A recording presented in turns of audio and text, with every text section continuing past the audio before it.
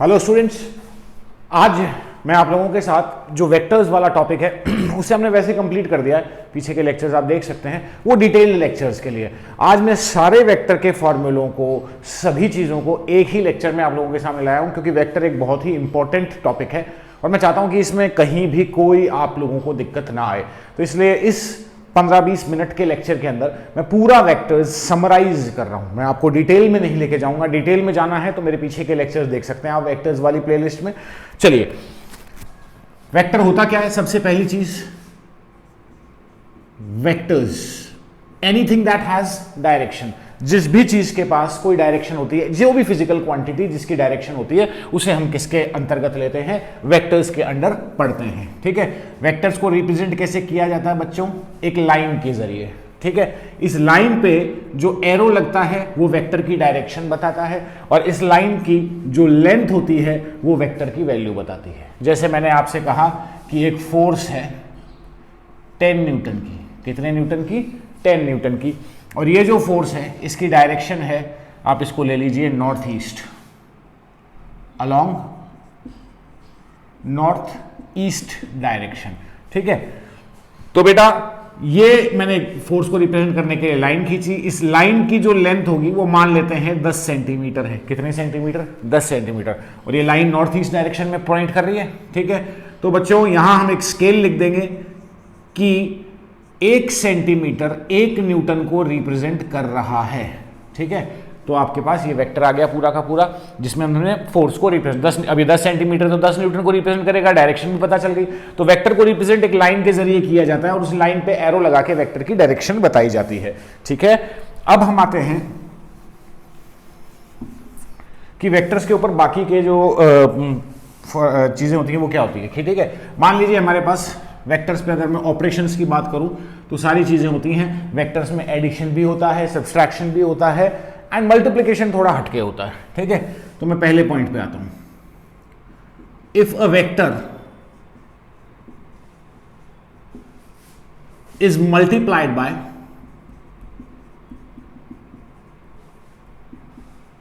Real number, अगर vector को किसी नंबर से मल्टीप्लाई किया जाए तो क्या होगा? ठीक है, मान लीजिए मेरे पास एक फोर्स थी 10 न्यूटन की, वही अलोंग नॉर्थ ईस्ट डायरेक्शन। तो मैं इसको कैसे रिप्रेजेंट करूंगा?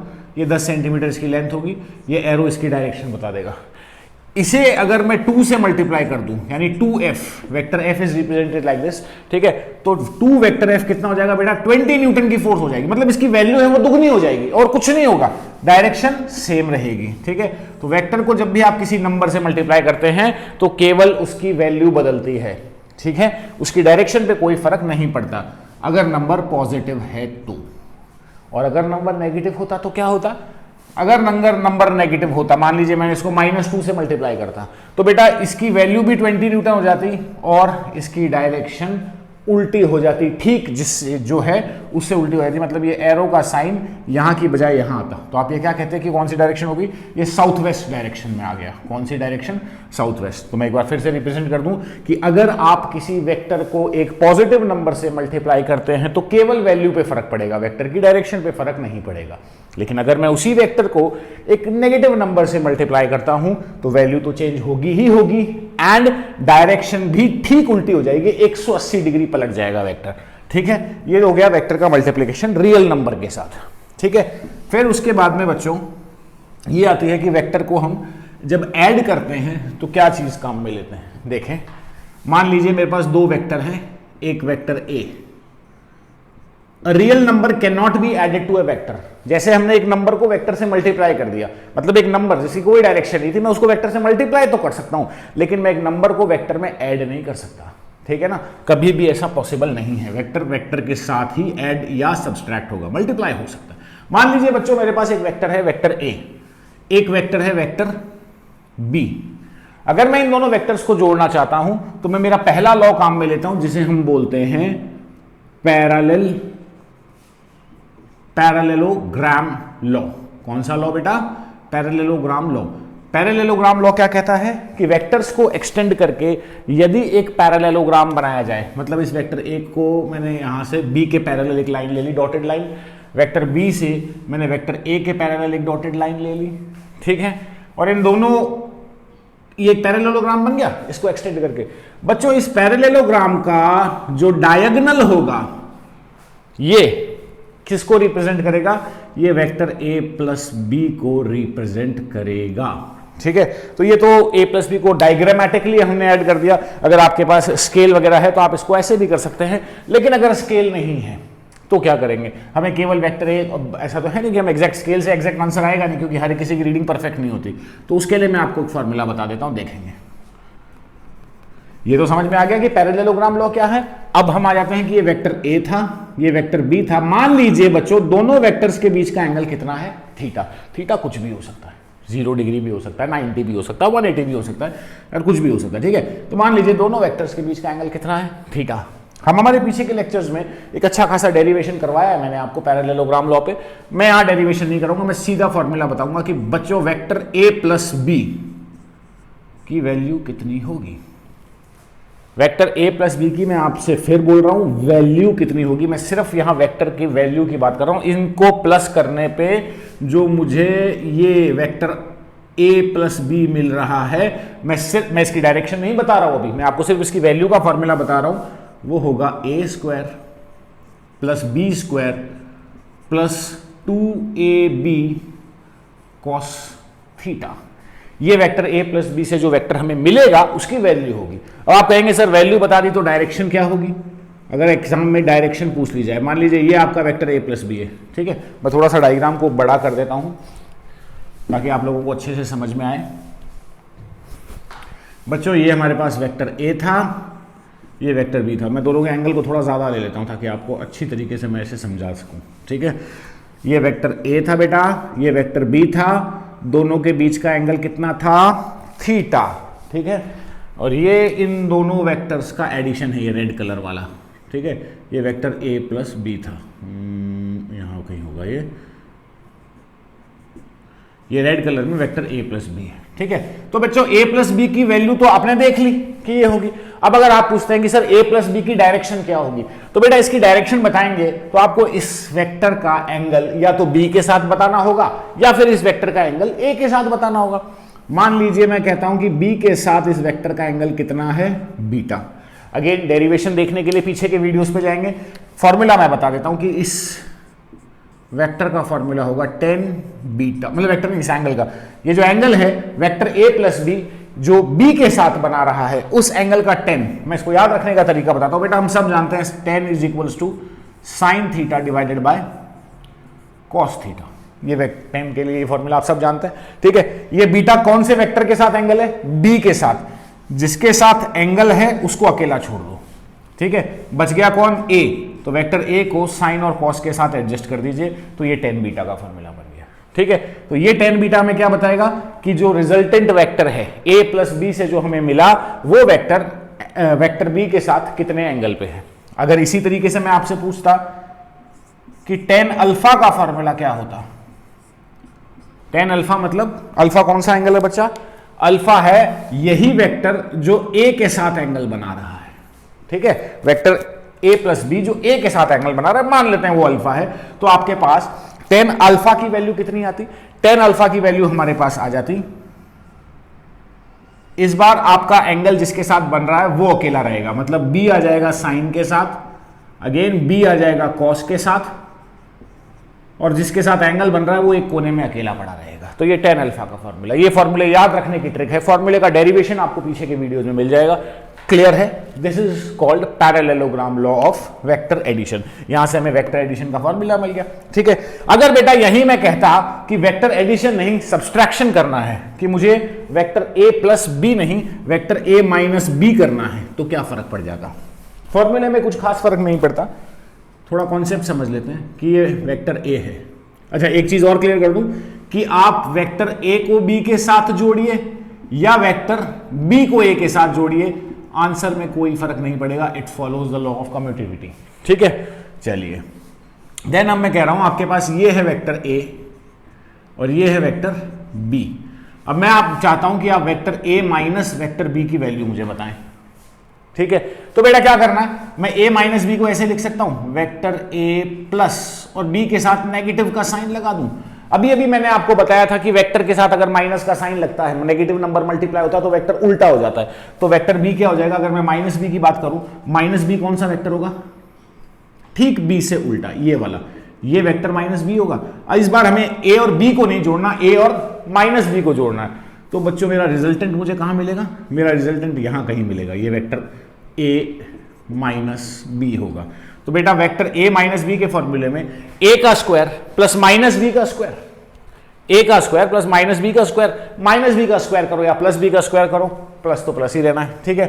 2ab cos थीटा, यहां पे आपके पास माइनस आ जाएगा, ठीक है। तो a माइनस बी में सिर्फ इतना चेंज आएगा, क्लियर है। बाकी tan बीटा और tan अल्फा के फॉर्मूले में भी कोई चेंज नहीं आएगा, ठीक है।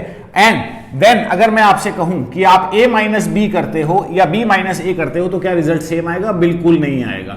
a माइनस बी करते हो तो आप a के साथ माइनस बी को ऐड कर रहे हैं, और अगर आप वेक्टर b माइनस ए करते हो तो बेटा आप वेक्टर b में वेक्टर माइनस ए को ऐड कर रहे हैं, तो ये वाला वेक्टर उल्टा हो जाएगा इस बार a वाला, तो आपका रिजल्टेंट नीचे की तरफ आएगा। तो ये जो वैल्यू हैं ये बिल्कुल एक दूसरे से कैसी होती हैं, ऑपोजिट होती है। मैं डायग्राम के जरिए आपको इसको समझाता हूं, थोड़ा सा देखें, ज्यादा डिटेल समझना है तो आप लेक्चर्स की डिटेल्स में जाएं। देखिए पहले मेरे पास था वेक्टर ए और बी, ठीक है, मुझे ए माइनस बी करना था, मैंने बी को उल्टा कर दिया। तो मेरा डायग्राम कैसा बना, मैं थोड़ा सा इस डायग्राम को सही बना दूं।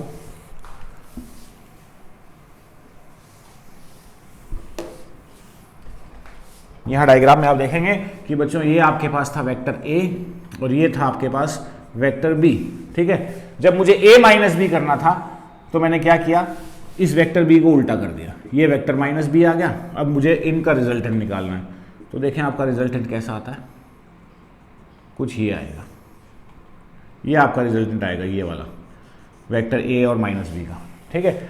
और अगर मैं आपसे कहता कि मुझे b माइनस ए करना है, वेक्टर b से a को माइनस करना है, तो बेटा इस बार क्या होता कि आपका जो वेक्टर b है वो तो पॉजिटिव रहता और वेक्टर a क्या हो जाता, वो नेगेटिव हो जाता। वेक्टर a को नेगेटिव कर देते, डायरेक्शन बदल देते, ठीक है। पुराने वाले वेक्टर को पढ़ा रहने दे ताकि आप लोगों को समझ में आए। ये रहा आपका, ये तो वेक्टर a माइनस बी है और इसके ठीक ऑपोजिट कौन सा वेक्टर है, वेक्टर b माइनस। तो a माइनस बी और b माइनस ए क्या है, दोनों एक दूसरे से ठीक ऑपोजिट हैं। तो vector a minus B is equal to negative of vector b minus A. Direction अलग अलग होगी, वैल्यूज सेम होंगी, तो वैल्यू सेम होगा तो हमारा जो फॉर्मूला होगा a square plus b square minus 2ab cos theta, उस पर भी कोई फर्क नहीं पड़ेगा, ठीक है। तो ये हमने देखा वेक्टर का एडिशन और सब्सट्रैक्शन और पैरेललोग्राम लॉ। अब मैं आपसे डिस्कस करता हूं, एक और बहुत अच्छा लॉ होता है जिसे हम बोलते हैं triangular law of vector addition. वो क्या होता है, देखिए triangular law of vector addition ये होता है बेटा, ये इन वेक्टर्स को अगर मैं आपको कहूं, ये वेक्टर्स 3 वेक्टर हैं जो मिलकर एक ट्राइंगल की रचना कर रहे हैं, एक ट्राइंगल बना रहे हैं, ठीक है। देखें ये मान लें वेक्टर ए है, ये मान लीजिए वेक्टर बी है और ये मान लीजिए वेक्टर सी है। बेटा इन वेक्टर्स की खासियत देखो, मैं यहां से चलता हूं, ये वेक्टर यहां खत्म हुआ, b यहां से स्टार्ट हुआ, b यहां खत्म हुआ, c यहां से स्टार्ट हुआ और c यहां खत्म हुआ, यहां से a स्टार्ट हो रहा है। मतलब ये सारे वेक्टर्स एक साइकिल में हैं। मैं बिना पेंसिल उठाए इन वेक्टर्स के ऊपर घूम सकता हूं, तो ये कहलाते हैं साइक्लिक वेक्टर्स। कौन से वेक्टर्स बच्चे, साइक्लिक वेक्टर्स। ट्रायंगुलर लॉ ये कहता है कि साइक्लिक वेक्टर्स हैं 3 और तीनों एक ट्राइंगल बना रहे हैं, तो तीनों का वेक्टर एडिशन हमेशा हमेशा 0 आएगा। ट्राइंगल लॉ क्या कहता है कि अगर 3 वेक्टर्स ट्राइंगल बना रहे हैं और तीनों साइक्लिक हैं तो हमेशा आपका आंसर क्या मिलेगा, उन तीनों का एडिशन क्या मिलेगा, vector a plus B plus C will always be equal to 0। आप चाहें तो मैं इसको डायग्रामेटिकली प्रूव भी कर सकता हूं, ठीक है, देख लेते हैं, 2 मिनट लगेंगे। मान लो बच्चों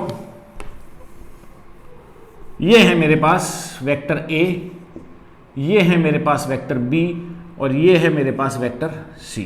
आपने कहा a plus B plus C यानी vector a plus vector b plus C is equal to 0, या मैं ये भी कह सकता हूं कि vector a plus B is equal to, इस c को उठा के वहां ले जाओ माइनस सी।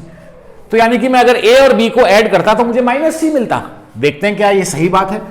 मैं a और b को ऐड करता हूं, ठीक है, ये वेक्टर ए है और ये वेक्टर बी है। एक बात बता दूं आप लोगों को कि वेक्टर को वेक्टर के पैरेलल कहीं भी सरकाया जा सकता है, कहीं भी उसकी पोजीशन को चेंज किया जा सकता है, लेकिन उसका एंगल चेंज नहीं होना चाहिए। ठीक है, अगर आप खिसकाते हैं वेक्टर्स को तो कोई फर्क नहीं पड़ेगा, आप खिसका सकते हैं। तो बेटा मैं इन दोनों वेक्टर्स को देखता हूं, ये वेक्टर ए था, देखते हैं, ये था आपका ए, ठीक है, ये वेक्टर बी था। मैं बी को खिसका के यहां ले आता हूं ताकि मैं इनको एडिशन कर पाऊं। तो ये इसके पैरेलल ले लेते हैं, ये वेक्टर बी है। मैं ए और बी को जोड़ता हूं तो मुझे देखें क्या मिलेगा। ए से मैंने बी के पैरेलल लिया, बी से मैंने ए के पैरेलल लिया, मुझे जो वेक्टर मिल रहा है देखिए, वेक्टर सी इस तरफ है और इनको जोड़ने से जो वेक्टर मिला वो माइनस सी है। ये अगर आप एग्जैक्ट स्केल लेके बनाएंगे तो ये वैल्यूज बिल्कुल बराबर होंगी, केवल डायरेक्शन उल्टी होगी। तो ये ट्राइंगल लॉ प्रूव हो गया। तो ट्राइंगल लॉ क्या कहता है कि अगर तीन वेक्टर एक ट्राइंगल बना रहे हैं और तीनों वेक्टर्स साइक्लिक हैं तो उनका सम हमेशा 0 होगा। क्लियर है? This is called triangular law of vector addition. फिर हम आ जाते हैं वेक्टर्स के मल्टीप्लिकेशन पे। किस पे आ जाते हैं बेटा? मल्टीप्लिकेशन पे। वेक्टर्स का मल्टीप्लिकेशन नॉर्मल मल्टीप्लिकेशन से थोड़ा हटके है। अगर मेरे पास एक वेक्टर है ए और मेरे पास एक वेक्टर है बी, दोनों के बीच का एंगल है थीटा, इनके दो तरह के मल्टीप्लिकेशन होते हैं। एक vector A dot vector B, इसे बोलते हैं डॉट प्रोडक्ट या स्केलर प्रोडक्ट। इससे मुझे जो आंसर मिलेगा, ए और बी के डॉट प्रोडक्ट से मुझे जो आंसर मिलेगा वो एक स्केलर क्वांटिटी होगी। स्केलर मतलब जिसकी कोई डायरेक्शन नहीं होगी, जो वेक्टर नहीं होगा। तो दो वेक्टर्स के डॉट प्रोडक्ट से जो रिजल्ट मिलता है वो क्या होता है? स्केलर होता है। और उसका फॉर्मूला क्या होता है? वेक्टर ए की वैल्यू वेक्टर बी की वैल्यू मल्टीप्लाइड बाय दोनों के बीच का एंगल का कॉस। ठीक है, this is called as scalar product.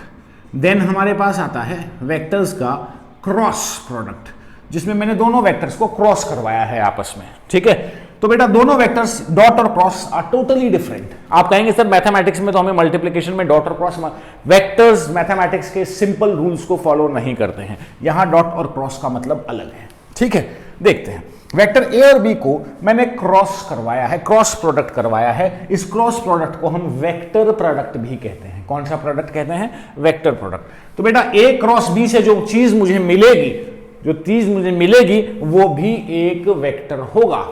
A dot B से जो मिला वो क्या था? स्केलर, कोई डायरेक्शन नहीं। ए क्रॉस बी से जो मिलेगा वो क्या है? वेक्टर, उसकी डायरेक्शन होगी। क्या होगी वो बाद में डिस्कस करेंगे। इसका फॉर्मूला देख ले।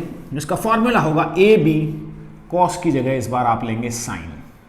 ठीक है, हम ये सिर्फ वेक्टर ए क्रॉस बी की वैल्यू की बात कर रहे हैं, डायरेक्शन मैं इसमें शो नहीं कर रहा। अब डायरेक्शन आपको अब शो करूंगा। ठीक है, ये दो तरह के मल्टीप्लिकेशन थे वेक्टर्स के, आपने देख लिए।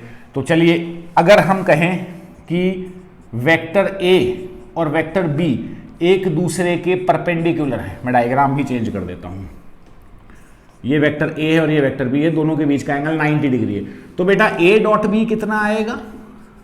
क्योंकि cos 90 की वैल्यू 0 होती है, ए डॉट बी 0 आएगा। ठीक है, एंड ए क्रॉस बी कितना आएगा?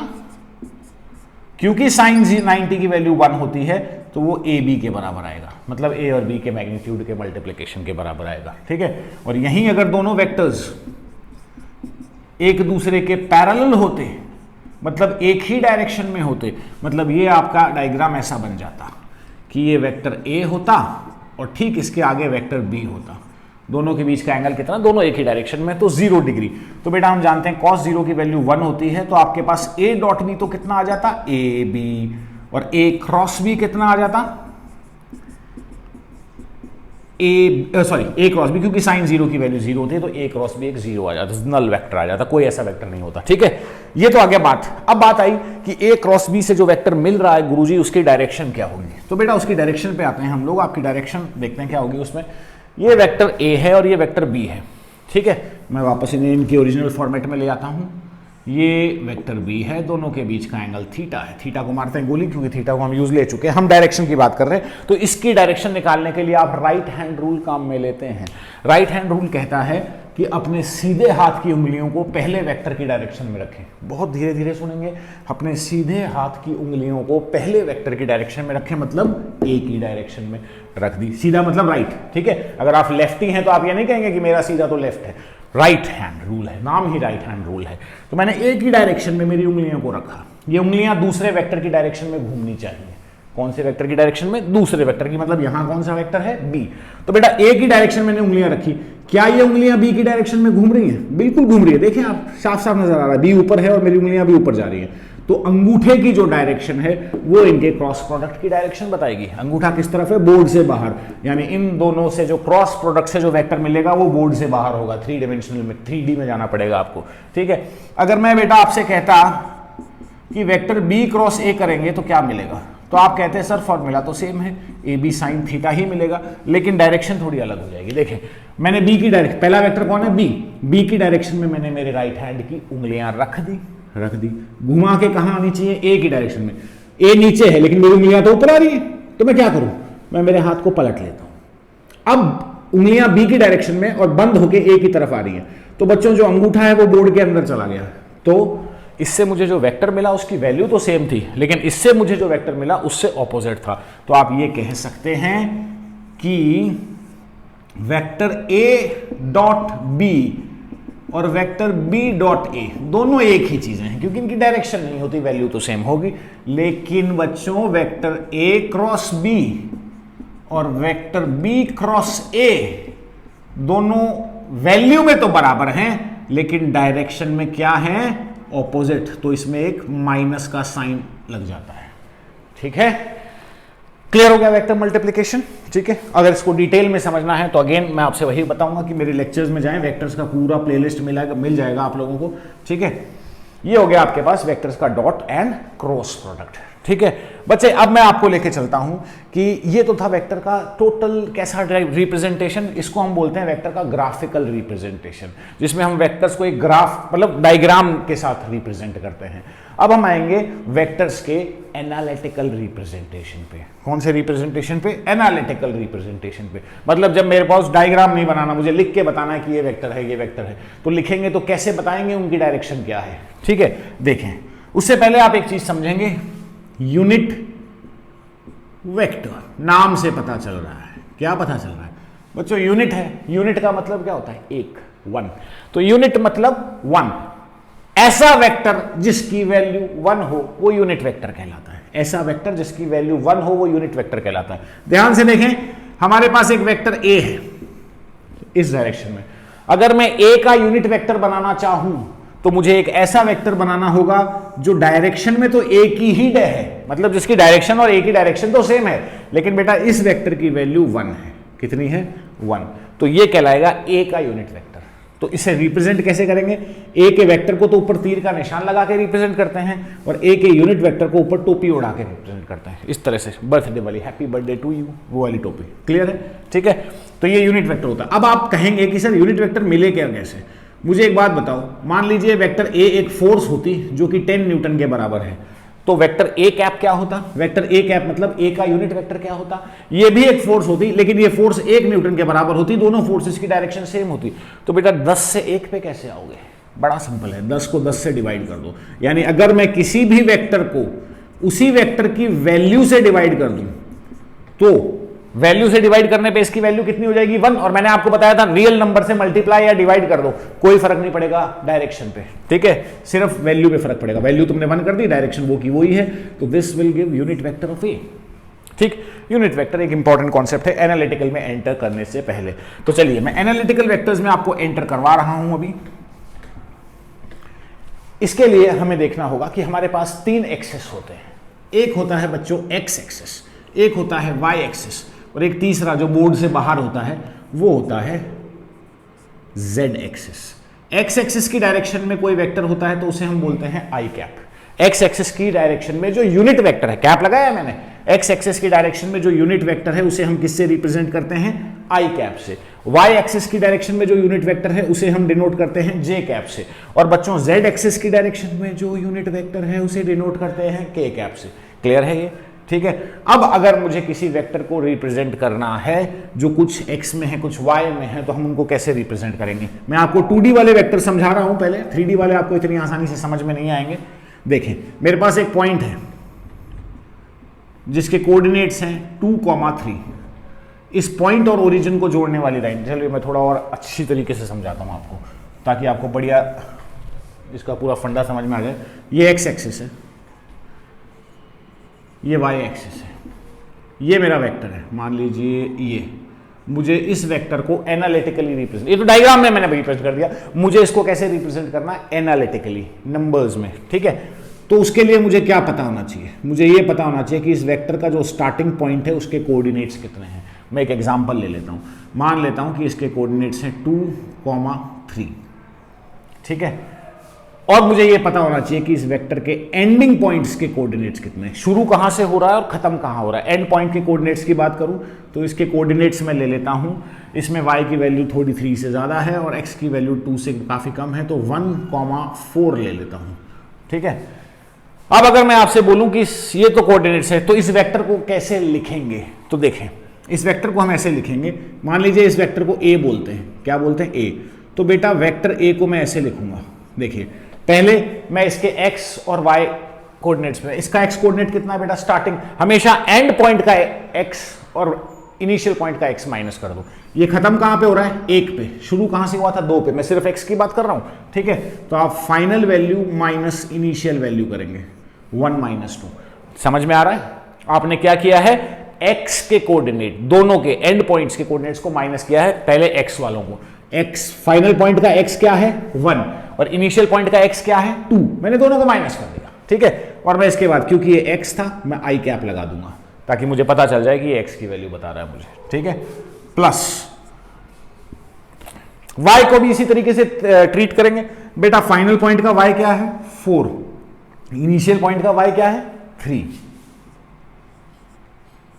और यहां j कैप लगा देंगे, तो आपके पास वेक्टर a हो जाएगा 1 - 2, -1 लिखने की जरूरत नहीं है, इसको सिर्फ माइनस आई कैप से काम चल जाएगा, -1 शो हो गया इसमें, ठीक है। 4 - 3 कितना होता है बच्चे 1, j कैप। तो ये वेक्टर a को रिप्रेजेंट, अब देख लीजिए साफ साफ पता चल रहा है, वेक्टर y की डायरेक्शन में तो पॉजिटिवली बढ़ रहा है, देखिए y की डायरेक्शन में क्या हो रही है कि इसकी जो वैल्यू है वो क्या हो रही है 3 से 4 हो रही है, y की डायरेक्शन में बढ़ रहा है, y का जो इसकी y की वैल्यू 3 थी और 4 हो गई, y की वैल्यू तो बढ़ रही है इसलिए प्लस का साइन है, कितनी बढ़ रही है 1 बढ़ रही है, और x की वैल्यू क्या हो रही है, x की वैल्यू इसकी 1 कम हो रही है इसलिए -1 आ गया, ठीक है। तो किसी भी वेक्टर को ज्यादा दिमाग मत लगाना, अगर इसे आपको पूरा थ्योरेटिकली समझना है हर चीज एक्सप्लेनेशन के साथ, तो आप मेरे लेक्चर्स में जाना, वहां डिटेल में मिलेगा आपको, ठीक है। वेक्टर a के लिए आपने कर दिया ये इस तरीके से, तो किसी भी वेक्टर को अगर हमें कोऑर्डिनेट्स मालूम है, ठीक है। अब बेटा अगर मुझे z कोऑर्डिनेट मालूम होता तो मान लीजिए 1 और यहां मान लेते हैं इसका z कोऑर्डिनेट होता 2, ठीक है। तो बेटा z कोऑर्डिनेट मालूम होता तो मैं क्या करता, जो मैंने x और y के साथ किया वही मैं z के साथ करता। z का फाइनल पॉइंट का z क्या है 1, इनिशियल पॉइंट का z क्या है 2, 1 - 2 k कैप, क्योंकि z की डायरेक्शन में कौन सा वेक्टर होता है k कैप, तो ये हो जाता 1 - 2 से कितना आ जाता माइनस का k कैप, ये 3D में रिप्रेजेंट हो गया। तो किसी भी वेक्टर के अगर आपको कोऑर्डिनेट्स मालूम है इनिशियल पॉइंट और फाइनल पॉइंट के, तो आप उसको एनालिटिकली ऐसे लिख सकते हैं, ठीक है। चलिए अगर मुझे कोऑर्डिनेट्स नहीं मालूम है, तो अगर मुझे कोऑर्डिनेट्स नहीं मालूम है तो मुझे एंगल्स मालूम होने चाहिए, मतलब या तो मुझे वेक्टर के कोऑर्डिनेट्स पता होने चाहिए या मुझे वेक्टर का एंगल पता होना चाहिए तीनों एक्सिस के साथ। ये तीसरा एक्सिस मैं यहां ड्रॉ कर देता हूं z, मान लीजिए ये मेरा वेक्टर है a वेक्टर, ये x एक्सिस के साथ अल्फा एंगल पे है, कितने एंगल पे है अल्फा, ठीक है। ये y एक्सिस के साथ बीटा एंगल पे है और यही वेक्टर z एक्सिस के साथ गामा एंगल पे है। तो बेटा वेक्टर a को मैं एनालिटिकली इस तरीके से रिप्रेजेंट करूंगा, ठीक है। कैसे रिप्रेजेंट करूंगा, a की जो भी वैल्यू है वो वैल्यू भी मुझे, मतलब दो चीजें पता होनी चाहिए, एक तो मुझे a की वैल्यू पता होनी चाहिए और तीनों के साथ इसका एंगल पता होना चाहिए, ठीक है। तो मैं a cos अल्फा के साथ तो आई कैप का उपयोग करूंगा, a cos अल्फा तो मुझे देगा x की डायरेक्शन, a cos बीटा मुझे देगा y की डायरेक्शन, तो j कैप लगा दूंगा and plus a cos gamma के साथ k कैप यूज ले लूंगा, ठीक है। तो ये वेक्टर्स का एनालिटिकल रिप्रेजेंटेशन हो गया। पहले वाले में मुझे कोऑर्डिनेट्स मालूम थे, मैंने इनिशियल और फाइनल पॉइंट के कोऑर्डिनेट्स को माइनस कर दिया। दूसरे वाले केस में मुझे वेक्टर का एंगल पता था हर एक एक्सिस के साथ, तो मैंने cos alpha a cos alpha तो आई कैप हो गया, a cos बीटा तो j कैप हो गया, a cos गामा तो k कैप हो गया। जिस भी एंगल जिस भी एक्सिस के साथ जो एंगल है उसका cos और साथ में उस वेक्टर उसका यूनिट वेक्टर। कोई डाउट बेटा? ठीक है, तो ये वेक्टर का कौन सा रिप्रेजेंटेशन कहलाता है? एनालिटिकल रिप्रेजेंटेशन कहलाता है। ठीक है, अब हम बात करेंगे कि वेक्टर्स के, मैंने अभी आपको वेक्टर्स का कंपोनेंट नहीं बताया है, वो लास्ट में बताऊंगा, वो दोनों एनालिटिकल, इसमें दोनों को एक साथ लेके चलेंगे। ठीक है, अब मैं आपको फटाफट से ये बता देता हूं कि वेक्टर्स का एडिशन कैसे होता है एनालिटिकल फॉर्मेट में, सब्सट्रैक्शन कैसे होता है और डॉट प्रोडक्ट कैसे होता है। एक एग्जाम्पल के साथ मान लीजिए मेरे पास है एक वेक्टर ए, 2i कैप माइनस जे कैप प्लस के कैप, दूसरा वेक्टर है बी, आई कैप प्लस या माइनस 3k कैप। ठीक है, अब मैं इस पे सारे ऑपरेशंस करके बताऊंगा। पहला, vector a plus vector b कितना होगा? तो बड़ा सिंपल काम करना है बेटा, आई के साथ जोड़ दो, जे के साथ जोड़ दो और के। इसके आई में क्या है? 2, इसके आई में क्या है? 1, तो 2 + 1 3 हो गया आई कैप। फिर इसके जे कैप के साथ क्या है? -1, इसका जे कैप है ही नहीं, जो है नहीं वो 0 है, तो -1 + 0 गिव्स -1, तो ये माइनस का जे कैप। ठीक है, देन के कैप, इसके के कैप के साथ क्या है? +1, इसके के कैप के साथ क्या है? -3, तो 1 - 3 -2 के कैप। ये वेक्टर a + b आ गया। ठीक है, दूसरा, अगर मैं आपसे बोलता कि वेक्टर a - b कीजिए, तो आप क्या करते? सिंपल है, b वाले वेक्टर्स, मतलब a - b करना है ना, तो a में से b की वैल्यूज को माइनस कर दो, आई के साथ, जे के साथ, तो 2 - 1 1 आई कैप, -1 - 0, क्योंकि इसमें जे कैप नहीं है, -1 - 0, तो क्या आएगा? माइनस का जे कैप।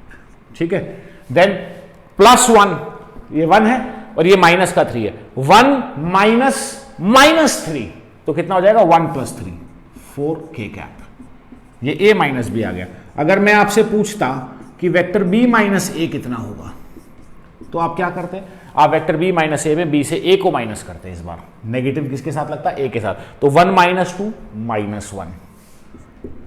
ठीक है, 0 - -1, भाई इसमें j के साथ क्या है? 0 है, इसमें क्या है? -1, तो 0 - -1, तो प्लस का 1 हो जाता, प्लस जे कैप। ठीक है, इसमें k के साथ क्या है? -3, इसमें क्या है? +1, -3 - 1, तो माइनस का 4k कैप। देखिए दोनों वेक्टर्स को, दोनों एक दूसरे से ठीक ऑपोजिट है, और मैंने आपको शुरू में बताया था a - b = minus of b - a, definitely यहां पे प्रूव हो रहा है। ठीक है, ये तो हो गया एडिशन और सब्सट्रैक्शन। अगर डॉट और क्रॉस की बात करूं तो बहुत सिंपल है, देख ले। वेक्टर a डॉट से शुरू करते हैं, डॉट वेक्टर b। ठीक है, इससे पहले मैं कुछ और समझाना चाहूंगा। इससे पहले अगर मैं आपसे पूछता हूं कि वेक्टर a का मैग्नीट्यूड क्या होगा, मैग्नीट्यूड मतलब वेक्टर a की वैल्यू क्या होगी, तो बहुत सिंपल है, वेक्टर, किसी भी वेक्टर की वैल्यू निकालनी है ना, उसके सारे कंपोनेंट्स को स्क्वायर करो, जोड़ो और अंडर रूट निकाल लो। अब आप कहोगे सर ये सब ऐसे कैसे हो रहा है, क्यों जोड़ रहे हैं, क्यों अंडर रूट कर रहे हैं? तो ये सारी चीजें मेरे वीडियोज में आपको मिल जाएगी, वेक्टर्स वाली प्लेलिस्ट में, वो डिटेल्ड वीडियो है और ये एक पूरा रिविजन है, एक समरी है। ठीक है, तो बेटा मैं इसका स्क्वायर करता हूं, तो इसमें i के साथ क्या है? 2 का स्क्वायर प्लस -1 का स्क्वायर प्लस 1 का स्क्वायर और इसका अंडर रूट, ये मुझे वेक्टर a की वैल्यू दे देगा। ठीक है, यानी कि 4 5 6 अंडर रूट 6 वेक्टर a की वैल्यू है। सिमिलरली वेक्टर b की वैल्यू बता सकते हैं क्या? अभी लाइव क्लास नहीं है इसलिए आप नहीं बता पाएंगे, मैं ही बता देता हूं। तो अंडर रूट i के साथ 1 है, j के साथ 0 है और -3 है k के साथ, तो बेटा ये कितना हो जाएगा? 1 स्क्वायर प्लस 3 स्क्वायर यानी 10 √10। ठीक है, ये वेक्टर b की वैल्यू, तो किसी भी वेक्टर की वैल्यू इस तरीके से निकाली जाती है। ठीक है, अब मैं आता हूं आपके पास डॉट प्रोडक्ट पे। देखें धीरे फटाफट से समझते हैं इसको कि वेक्टर a डॉट b अगर मैं करूंगा तो क्या होगा। वेक्टर a डॉट b, तो याद रखें जब आप डॉट करेंगे तो i को i से मल्टीप्लाई कर दो। इसमें i के साथ क्या है? 2, इसमें i के साथ क्या है? 1 ब्रैकेट बंद प्लस दूसरा ब्रैकेट खोल दो। इसमें j के साथ क्या है बेटा? -1, इसमें j के साथ क्या है? 0 है ही नहीं, प्लस तीसरा ब्रैकेट खोल दो। इसमें k के साथ क्या है? 1, इसमें k के साथ क्या है? -3 मल्टीप्लाई कर दो। ठीक है, अब इसमें जो बच्चे गलती करते हैं वो यहां पे i j k कैप लगा देते हैं, नहीं लगाना, क्योंकि a डॉट b से जो मिल रहा है वो एक स्केलर क्वांटिटी है, तुम इसे वेक्टर नहीं बना सकते। ठीक है, तो क्या मिलेगा मुझे? 2, ये तो 0 हो गया, एंड -3, वैल्यू आ जाएगी आपके पास -1। तो A डॉट B से मेरे पास कितनी वैल्यू आ गई? -1। ये एक स्केलर क्वांटिटी है, इसकी कोई डायरेक्शन नहीं है। तो ये तो डॉट प्रोडक्ट करने का तरीका हो गया, किसमें? एनालिटिकल वाले में, ठीक है। एनालिटिकल बाद में, एनालिटिकल में ही क्रॉस प्रोडक्ट कैसे किया जाएगा? Vector A cross vector B, देखें क्या होगा। इसके लिए आप क्या करेंगे? डिटरमिनेंट बनाएंगे। डिटरमिनेंट एक सिंपल सी टेबल होती है, आई कैप की, जे कैप और के कैप, ठीक है। इसके अंदर मैं क्या लिख दूंगा? पहले कौन सा वेक्टर आ रहा है? ए आ रहा है, तो मैं ए के सारे कंपोनेंट लिख दूंगा, 2 -1 और 1। फिर बी के लिखूंगा, इसमें आई के साथ 1, जे के साथ 0, के साथ -3, ठीक है। अब इस डिटरमिनेंट को सॉल्व कर दीजिए, बहुत सिंपल है। डिटरमिनेंट को सॉल्व करने के लिए मैं पहला ब्रैकेट बताता हूं आपको क्या करेंगे।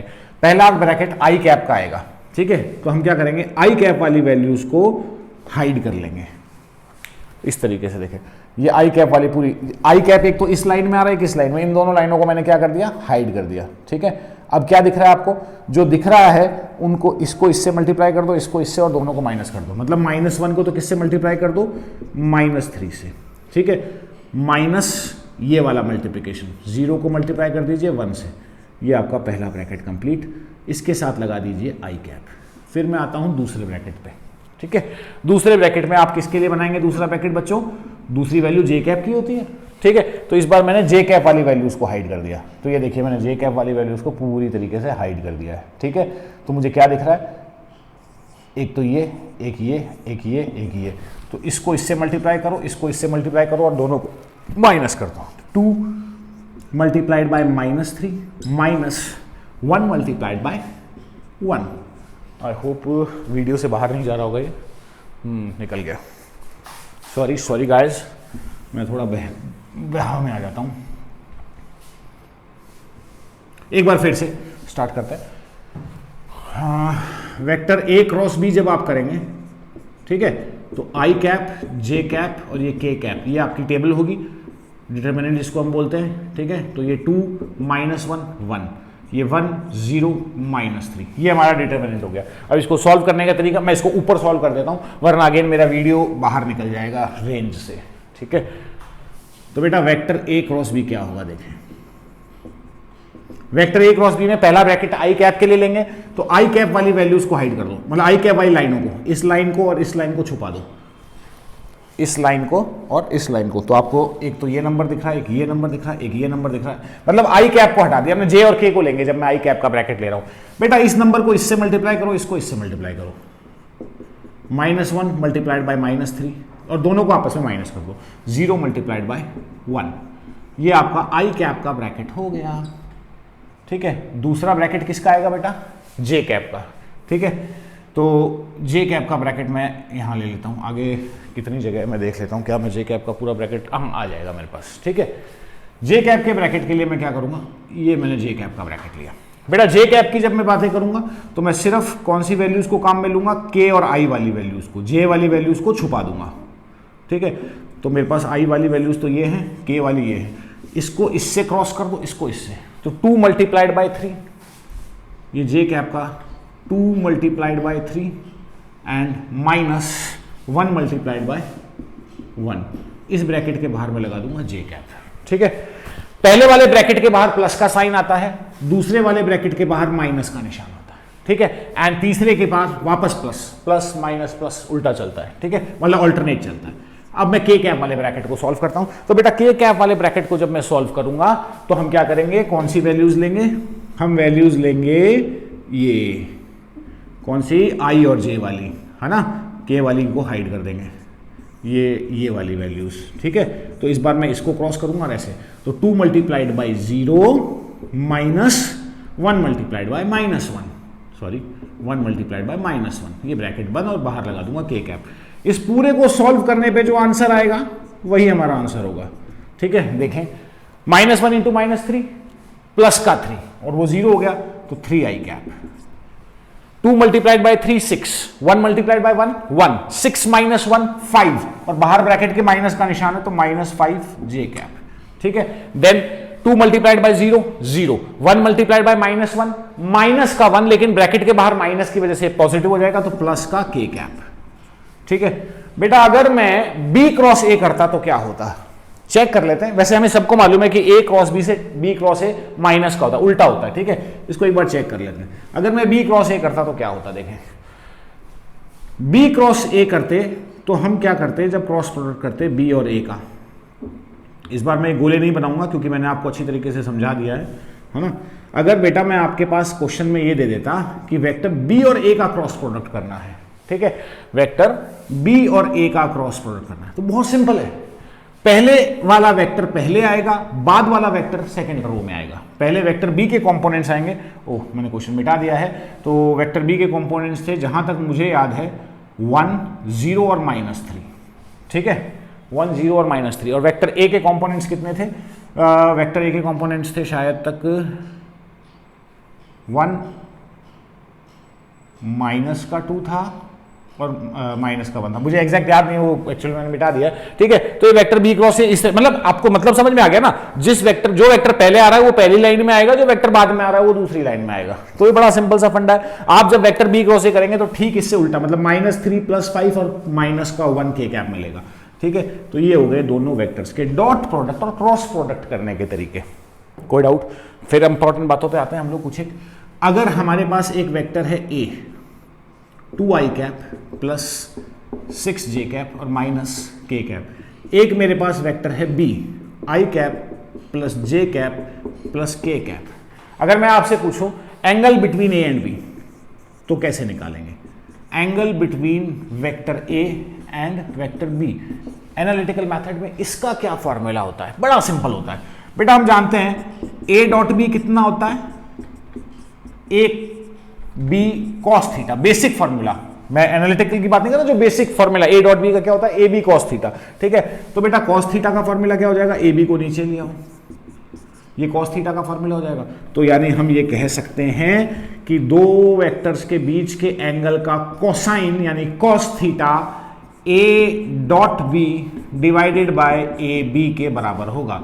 तो बेटा a डॉट b करो फटाफट, 2 multiplied by 1 2, 6 multiplied by 1 6 and -1 multiplied by 1 -1। ठीक है, इसमें आई कैप जे कैप के पेयर नहीं आएगा क्योंकि ये डॉट प्रोडक्ट है। ठीक है, डिवाइडेड बाय वेक्टर a की वैल्यू एंड वेक्टर b की वैल्यू का मल्टीप्लिकेशन। वेक्टर a की वैल्यू कितनी होगी, 2 का स्क्वायर 4, 6 का स्क्वायर 36 और -1 का स्क्वायर 1, तो 36 एंड 4 40, 40 एंड 1 41, तो रूट में आ जाएगा 41। फिर दूसरे में क्या आ जाएगी, b की वैल्यू, b की वैल्यू मिली 1 का स्क्वायर प्लस 1 का स्क्वायर प्लस 1 का स्क्वायर 3 √3। ठीक है, इसको सॉल्व करेंगे तो 2 + 6 - 1 5, 2 + 5 7, 7 बाय √41 मल्टीप्लाइड बाय √3, ये cos थीटा की वैल्यू, ये एंगल आ गया दोनों वेक्टर्स के बीच का। तो आप दो वेक्टर्स के बीच का एंगल भी निकाल सकते हैं। ठीक है, अगर क्वेश्चन में ये पूछा जाए, आपको एक ही वेक्टर दिया जाए, आपको एक ही वेक्टर दिया जाए और ये पूछा जाए find angle of vector a with x axis, x axis के साथ वेक्टर a का एंगल क्या होगा? तो बेटा सीधी सी बात है, एक वेक्टर दे रखा है दूसरा नहीं दे रखा, लेकिन ये दूसरा वेक्टर कौन है, खुद x एक्सिस है, क्योंकि आपको एंगल किसके साथ निकालना है, x एक्सिस के साथ। तो बेटा x एक्सिस का वेक्टर क्या होता है, मैंने शुरू में बताया था, x वाले को i कैप बोलते हैं। ठीक है, तो अब वही फॉर्मूला लगा दो, cos theta is equal to a dot X upon ax। ठीक है, तो a डॉट एक्स यहां 2 है मल्टीप्लाइड बाय 1, 2 आ गया, 6 मल्टीप्लाइड बाय 0 और आगे वाले दोनों 0 हो गए। ठीक है, ये मैंने a डॉट एक्स लिख दिया।